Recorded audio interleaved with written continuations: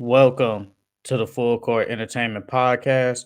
I'm your host, Sheldon Moore, and this is a reaction to the Boston Celtics winning the NBA Finals. Obviously, they just won. They won last night. They won 5-1 against the Dallas Mavericks, 106-88. And this the Celtics, honestly, in my opinion, I think they were just a better team, better, well coached team. Obviously, had the more talented team. You can say Luca was obviously the best player.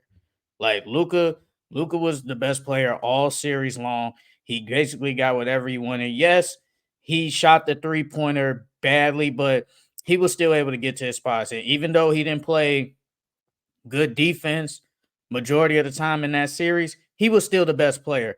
And you got to give him credit. He's only 25 years old. This was his first NBA Finals.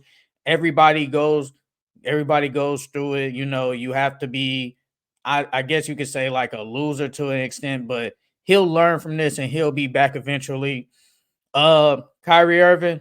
Kyrie Irving was great when he was in Boston, but I mean when he was in Dallas. But every time he came to Boston, he just wasn't good. He never scored over. He never scored over 10 points. Not 10 points. He never scored over 20 points every time he went to Boston. And I think like what went on in Boston and the crowd and stuff, I think that really gets to him. Because there's no way that every time you touch down in Boston, you play bad. Yesterday, he only had 15 points. He was 5 for 16. The 9 assists, I'm really not counting that. But when he was in Dallas, he was amazing. He dropped 28 and 21 points in Dallas. But in here, you could barely crack 15 points. And it's like, that's just not good.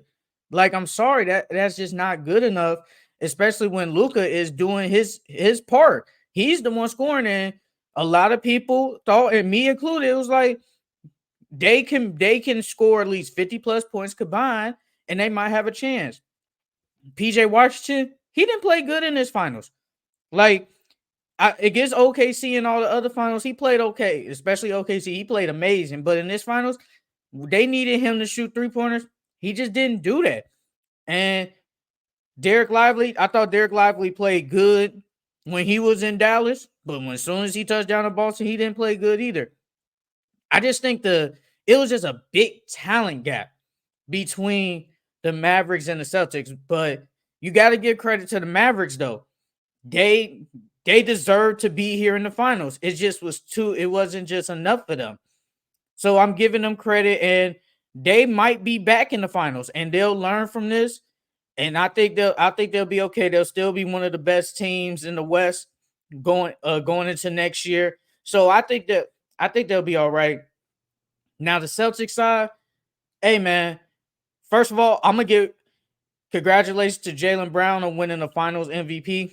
I feel like he did deserve it. He was the best player during these finals.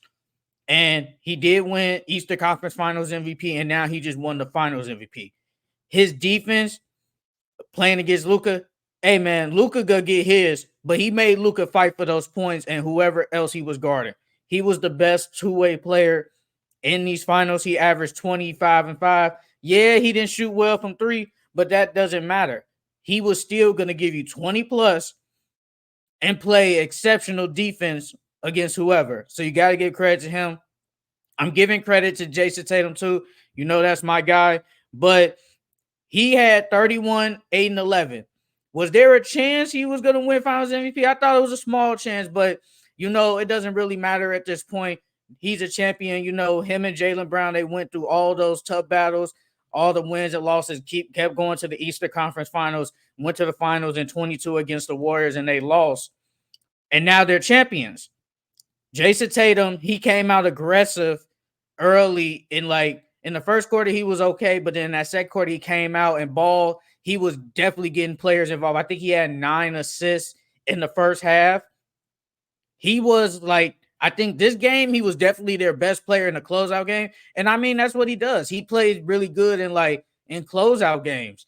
So you got to give him credit for that. Drew Holiday, man, I'm telling you that I thought when they traded for Porzingis, I thought they had a chance of winning anyway. But when you get Drew Holiday, you get him and you replace him with Marcus Smart. That's just a big difference maker. Drew Holiday, he averaged 14, 7, and 3. And he was a 50, 40, 90 guy this series. You know, that's a rare stat for everybody. He was amazing. Like, you could throw out game 4, and game 3, I think he played pretty good. But all these other games, he was amazing. He was a difference maker, man. He made Kyrie Irving life miserable and whoever else he was guarding, bro. He is one of the best defenders in the league. I don't care about centers, guards, and all that. Drew Holiday is one of the best defenders in the NBA. And now he's a two-time champion. He wins one going to the Bucks his first year, and then he wins one coming to the Celtics in his first year. Drew Holiday, he deserves a lot of credit, man. He had a chance of winning Finals MVP too. Derek White, the same way. He was good. He hit big shots. He had a block on Daniel Gafford. Like, he's one of the best shot blocking guards in the league. And he was really good. Porzingis, I know he missed like the last 2 games and a half, but he came out and played, and he was like, I'm going to go out there and fight with my brothers.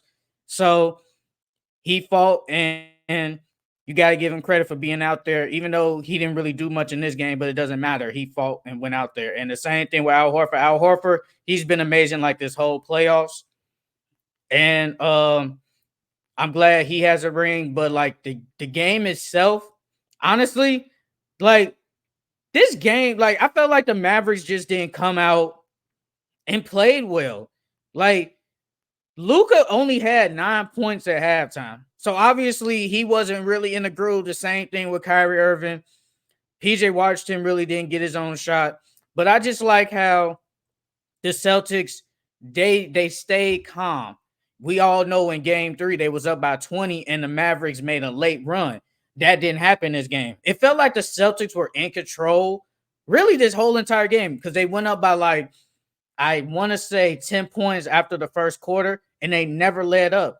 I just think that, like I said earlier, the talent gap between Boston and the Mavericks is just too big of a gap.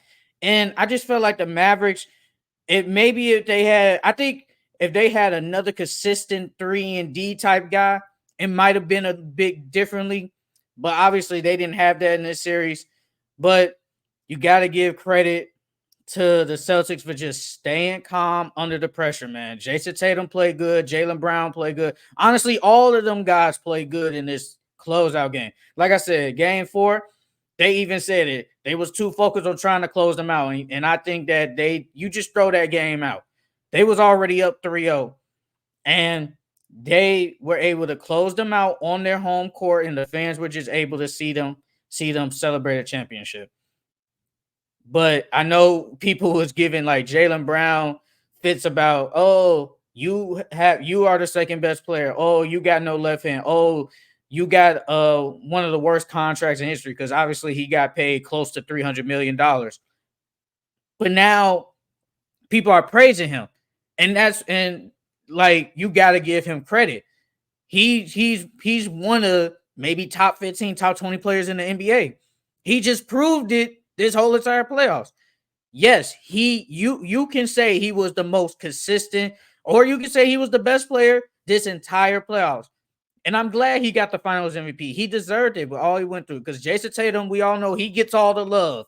But Jaylen Brown, he's always in the background. He just go play his style of basketball and play his game.